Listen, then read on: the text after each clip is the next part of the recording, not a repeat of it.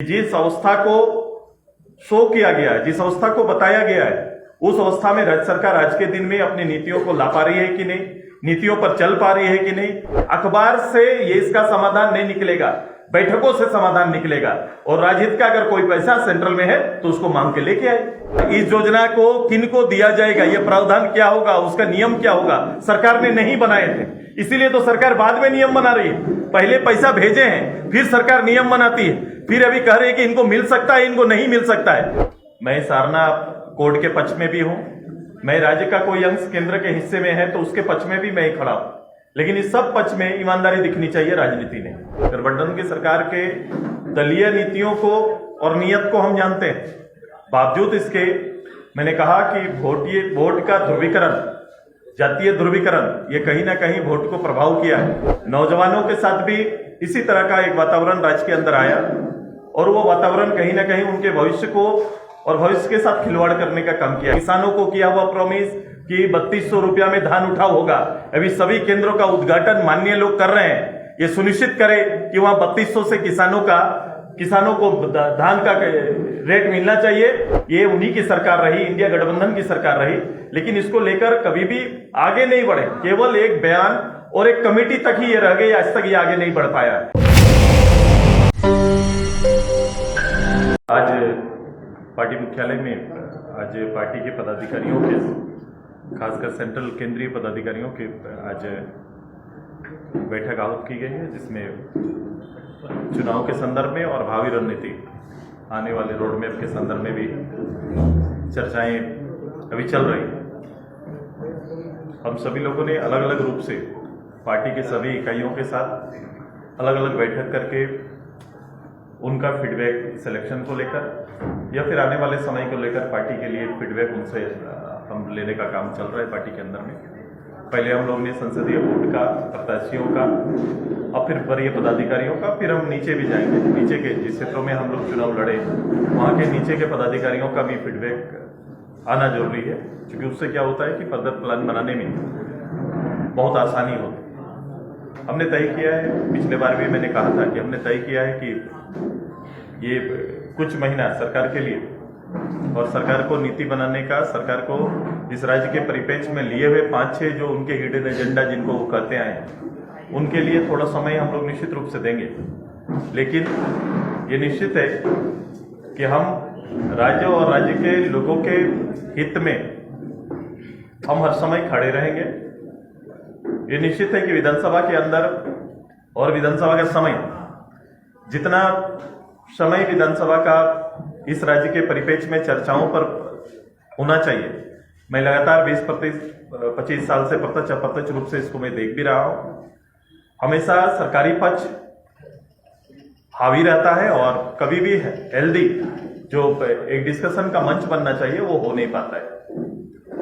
कभी कभी कार्यमंत्रणा समिति के विषयों को भी अपने अनुरूप बहुत है, चूंकि हर जगह के लिए बहुमत चाहिए, तो ये बन नहीं पाता है। तो हम इसके ऊपर भी हम काफी मंथन करेंगे, हम प्लान करेंगे। और मेरा पूरा और मेरी पार्टी का अभी फर्दर प्लान, जो भी आगे का प्लान हमारा बन रहा है, उसमें हम पब्लिक के बीच में खड़ा होकर वो सारे इश्यूज, जिस इश्यूज के साथ लोगों को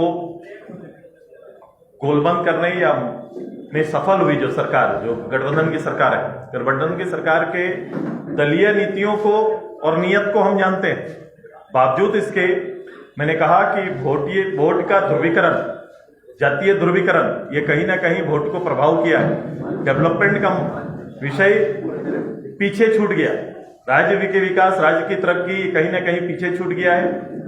नौजवानों के साथ भी इसी तरह का एक वातावरण राज्य के अंदर आया और वो वातावरण कहीं ना कहीं उनके भविष्य को और भविष्य के साथ खिलवाड़ करने का काम किया। ये अभी तुरंत से इसको आप नहीं माप सकते हैं, लेकिन आने वाले समय, जैसे जैसे समय बीतेगा, आप देखेंगे कि एक घोर निराशा के दौर से जो राज्य गुजर रहा था, यहाँ के युवा गुजर रहे थे, वो आगे ये बढ़ेगा। मेरी कोशिश है और हमारी कोशिश रहेगी, एक राजनीतिक दल के रूप में, एक चिंतक के रूप में, एक राज्य के गठन का सिपाही के रूप में, हम ये सारे वातावरण को संग्रह करते हुए राज्य सरकार के ऊपर, राज्य की सरकार के ऊपर वो दबिश बनाने की हमारी पूरी कोशिश होगी कि जिस अवस्था को शो किया गया है, जिस अवस्था को बताया गया है, उस अवस्था में राज्य सरकार आज के दिन में अपनी नीतियों को ला पा रही है कि नहीं, नीतियों पर चल पा रही है कि नहीं, एक बेहतर प्रहरी के रूप में हम हमेशा पब्लिक के बीच में हमारी पार्टी खड़ी रहेगी। उसी संदर्भ में आज हमारी चर्चाएं चल रही है। ये चर्चा का दौर 2-3 क्रम पर चलेगा। मैं इसके बाद आज जिला तक का है, जिला के बाद मैं ब्लॉक में भी जाऊंगा और मेरा दौर और आगे ऐसा रहेगा कि बड़ा सहज बन के राज्य के लोगों को, समुदायों के बीच में हम जाने का मेरा कार्यक्रम है कि हम आएंगे। मैं अपना आने वाला कार्यक्रम भी आपको बताएंगे कि किस रूप से मैं पूरे प्रत्यक्ष रूप से पूरे झारखंड के 2400 जिला के अंदर जो राज्य के बहुमत और बहुमत देने वाले आम लोगों के बीच में हम जाएंगे, बैठेंगे, उनसे चर्चाएं करेंगे। ये प्रथम हमारा कार्यक्रम में भी सामने आएगा। हम पार्टी की ओर से चूंकि एक दलीय दायित्व के रूप में ये कार्यक्रम हमारा अभी चल रहा है, शेष राज्य के घटना, जैसे जैसे राज्य और देश की घटनाओं के साथ एक दलीय प्रतिक्रिया और उसके पीछे लोगों की भावनाओं के साथ खड़ा होने का निश्चय हमारा है और हम रहेंगे उसके साथ। बोलिए। आवास खाली कराने को लेकर कोई पत्र वगैरह मिला है क्या? अभी तक इसकी सूचना अखबार में आई है और ये कोई बड़ा विषय नहीं है। खाली करना सरकार का नहीं है और पदेन ये दायित्व हमें या फिर रहने का दायित्व विधायक के हैसियत से था और वो हैसियत नहीं रहेंगे तो उसको छोड़ना पड़ता है। पहले भी आप विधायक नहीं थे, सामने देखे सर। हाँ, उस समय सरकार ने कंडीशन लगा के उसका एक रास्ता निकाल के रहने के लिए अधिकृत किए थे तो था। अभी सरकार को है कि वो हमारा मंत्रिमंडल, मैंने देखा मंत्रिमंडल या मुख्यमंत्री परिषद का हिस्सा हो सकता है। तो इस बार सरकार कोई रास्ता नहीं खोज रही है, कट टू कट बात कर रही है। मेरे लिए ये कोई विषय नहीं है, मेरे लिए वो छत विषय नहीं है। ओबीसी वोटों का जो बिखराव है, जो खासकर कहें कि आप लोग जिस जाति की नहीं कहेंगे, मतलब जहाँ प्रभुत्व है आप लोगों का, जो कोई भी जाति है वो भटकी, इसके कारण एनडीए का बड़ा नुकसान हुआ है। ये मानते हैं आप कि जो कभी कभी इसका सही आकलन हो नहीं पाता है, वो बिखराव सभी में हुआ है। मैंने कहा कुछ समुदाय विशेष का ध्रुवीकरण हुआ है और कुछ में बिखराव आया है। जब बिखराव आएगा तो कोई एक बड़ा समुदाय नहीं, ये अभी बता रहे थे हम लोग, ये आबादी बैकवर्ड ओबीसी की आबादी लगभग 50% के आसपास की है। तो ये कहीं ना कहीं वो उसमें अलग अलग जगह पर अलग अलग निर्णय, अलग अलग समुदाय अलग अलग क्षेत्र में अलग अलग रूप से अपनी राय देते हैं। अभी संगठित रूप से इस प्रदेश के अंदर में जिस रूप से रहना चाहिए, जिस रूप से संगठन को एकत्रित करना चाहिए, बहुत लोग इसमें मेहनत कर रहे हैं, बहुत लोग काम कर रहे हैं। ये कोशिश जरूर रहेगी हर वर्ग ध्रुवीकरण का हिस्सा बने ताकि कोई बिखराव ना हो और एक अच्छा उन पक्ष में, ओबीसी के पक्ष में, उनके हक के पक्ष में अच्छा निर्णय। ये आदिवासी वोटों ने आप लोगों से दरकिनारा क्यों किया? क्यों वो अलग हो गए? अधिकांश सीटों पर आपको वो मत नहीं मिल पाए जहाँ आदिवासी लोग।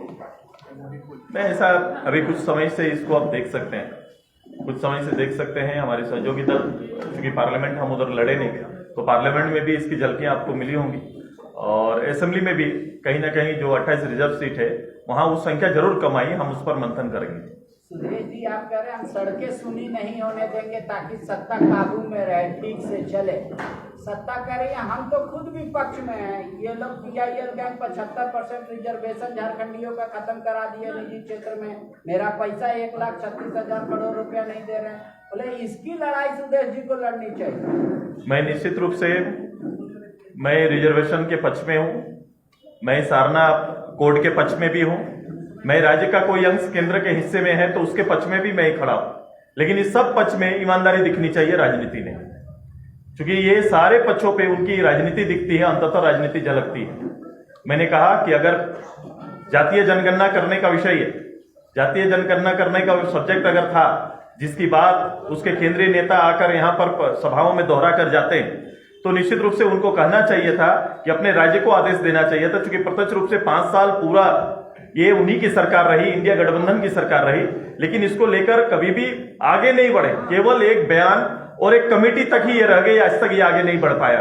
अभी भी पहला निर्णय वही आना चाहिए कि आप जातीय जनगणना प्रदेश के अंदर में कराइए, हम आपके साथ हैं। आपने विधानसभा के अंदर एक सदस्य के रूप में, मेरी पार्टी के नेता के रूप में भी आपने मुझे देखा था कि जब राज्य के इन तीनों एजेंडे पर, राज्य के हित के एजेंडे जब आते हैं तो सुदेश महतो पक्ष और विपक्ष नहीं देखता, सीधे खड़ा होकर उन विषयों को समर्थन देने का काम करता है। यही ईमानदारी उनको भी दिखानी चाहिए। आज जिन फंड की बात कर रहे हैं, फंड को दड़ क्लियर करना होगा, जो भारत सरकार से मांगने का, मैं पहले भी कहा 5 साल तक ये मुख्यमंत्री के रूप में प्रधानमंत्री से इस इशू के साथ, नीति आयोग के साथ, इस इशू के साथ, खुद मुख्यमंत्री को फ्रंट में आना, वित्त सचिव के साथ, चीफ सेक्रेटरी के साथ जाके कमेटी बात करे पहले कि किन किन हिस्सों में कहां वो छूट जा रहे हैं। अखबार से ये इसका समाधान नहीं निकलेगा, बैठकों से समाधान निकलेगा।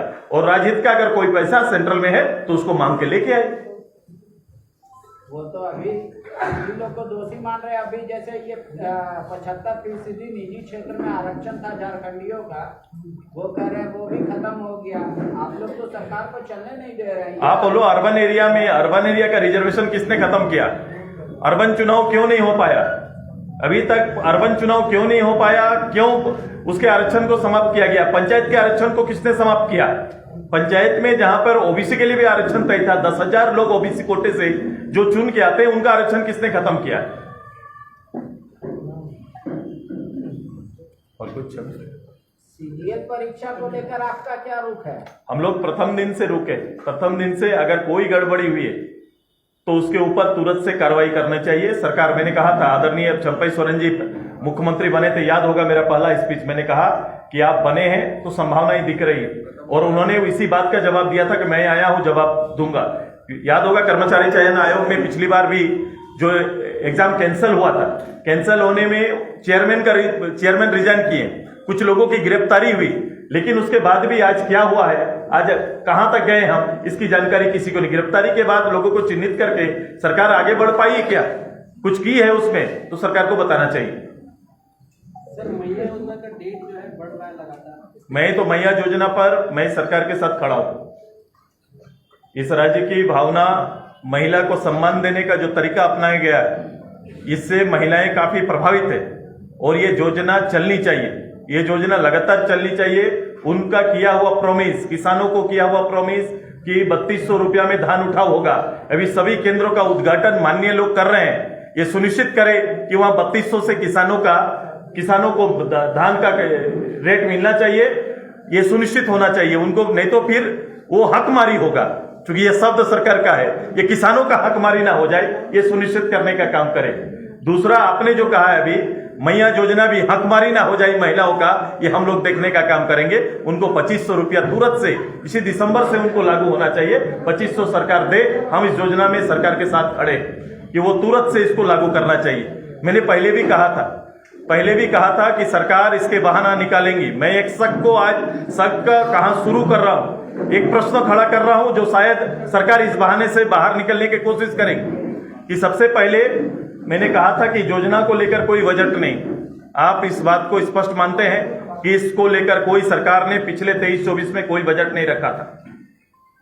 दूसरा, इस योजना को किनको दिया जाएगा, यह प्रावधान क्या होगा, उसका नियम क्या होगा, सरकार ने नहीं बनाए थे, इसीलिए तो सरकार बाद में नियम बना रही है। पहले पैसा भेजे हैं, फिर सरकार नियम बनाती है, फिर अभी कह रही है कि इनको मिल सकता है, इनको नहीं मिल सकता है। अगर ये नियत, तो फिर इस नियत को क्या कहा जाए? वोट को प्रभावित करने वाला दिया हुआ ये उनका एक कार्यक्रम था, वोट के लिए कार्यक्रम था, क्योंकि उस समय सभी के खाते में चले गए। सरकार ऐसे कैसे कर सकती है? बिना नियम बनाए हुए लोगों के खाते में पैसा कैसे भेज दी? अगर सरकार के संज्ञान में ये नहीं था, तो अगर किसी ने गुस्ताखी की है तो उसके खिलाफ में सरकार क्या कार्रवाई करने जा रही है क्या? यह जिम्मेदारी लेना पड़ेगा, और इस जिम्मेदारी मैं जानता हूं ये किसके लिए हुआ। और सरकार, मैं कह रहा हूं, जिस बात का मुझे डर है, मैया योजना में सरकार ही कहीं, और सरकार के लोग, सरकार ही लोगों को अदालत में भेज दे, ऐसा शंकाएं हैं मेरी, ऐसा शक है मेरा कि भेज न दे और फिर कहे कि भाई अदालत का निर्णय ऐसा आ गया इसलिए मैं आगे नहीं कर सकता। ऐसा बहाना सरकार खोज सकती है, लेकिन अब बहाना नहीं, बल्कि सरकार के साथ हम खड़े हैं। सरकार हर हालत पे अपने किए हुए वायदे को पूरा करे, और जो वादा पूरा करेगी सरकार के साथ हम भी खड़ा है रहेंगे, उनको शाबाशी देने का काम हम लोग करेंगे। ये जो आप आशंका जाहिर कर रहे हैं कि सरकार PIL करा देगी, कोर्ट का हवाला देके मैया, ये तो बड़े मुद्दों से पलायन का रास्ता खोजेगी। बिल्कुल, सरकार मुद्दों से पलायन का रास्ता इसी तरह से निकालती है। और ऐसा खोज सकती है और फिर ये दोष सामने विपक्ष को देंगे। इसलिए मैं पहले कह रहा हूं क्रिएटिव इस तरह से हो सकता है, लोग इस तरह क्रिएट कर सकते हैं, ऐसे बहाने सरकार बनाने की आदी रही है। 2400 नहीं मिल रहा है किसानों को, 2400 नहीं धान। मैं वही बोल रहा हूँ 3200 केंद्रों में जाए किसान, झारखंड के लोगों किसानों को ये एक तो हकमारी होगा, महिलाओं का हकमारी होगा। सरकार को ये दोनों चीजों पर हकमारी नहीं करना चाहिए मुख्यमंत्री जी को। सरकार का तो कहना है कि हमने डेडलाइन नहीं दिया है 3200 के लिए, 5 साल हम सरकार के मुखिया के भाषण को निकाल लीजिए, चुनाव से पहले के भाषण को आप बेहतर, हमारे पास तो रहता नहीं है, आपके पास उनके भाषण होंगे रिजर्व, उन भाषणों को निकालिए। क्या दिसंबर में हम 2500 देंगे महिलाओं को? नहीं कहा था सरकार ने?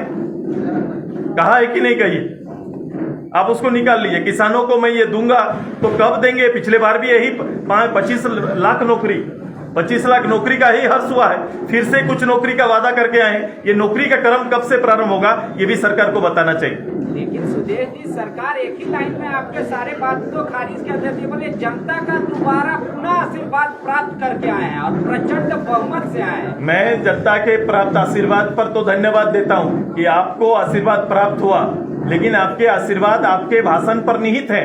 आपने जो आश्वासन और भाषण दिया है उन्हीं को सरकार, उसी विषय को सरकार ने, लोगों ने आशीर्वाद दिया है। सरकार के लिए काम का आशीर्वाद मिला है। बिल्कुल, काम, भाषण ही काम का बोल रहे हैं। जो घोषणा पत्र या जो घोषणाएं आपकी है वही आपका आधार है, उसी आधार को आशीर्वाद मिला है।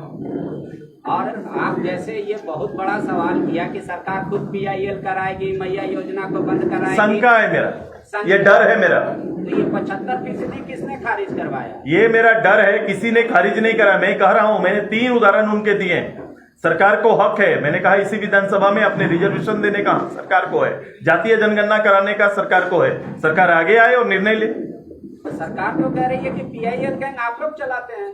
मैं कह रहा हूं फिर ये जुबानी जंग ना हो जाए, अखबारी लड़ाई ना हो जाए, टीवी का बहस न बन के रह जाए। जनता के लिए जो विषय चुना गया है, जिस विषय को रखा गया है, जिस विषय पर बहुमत लिया गया है, वो विषय जनता तक पहुंचनी चाहिए।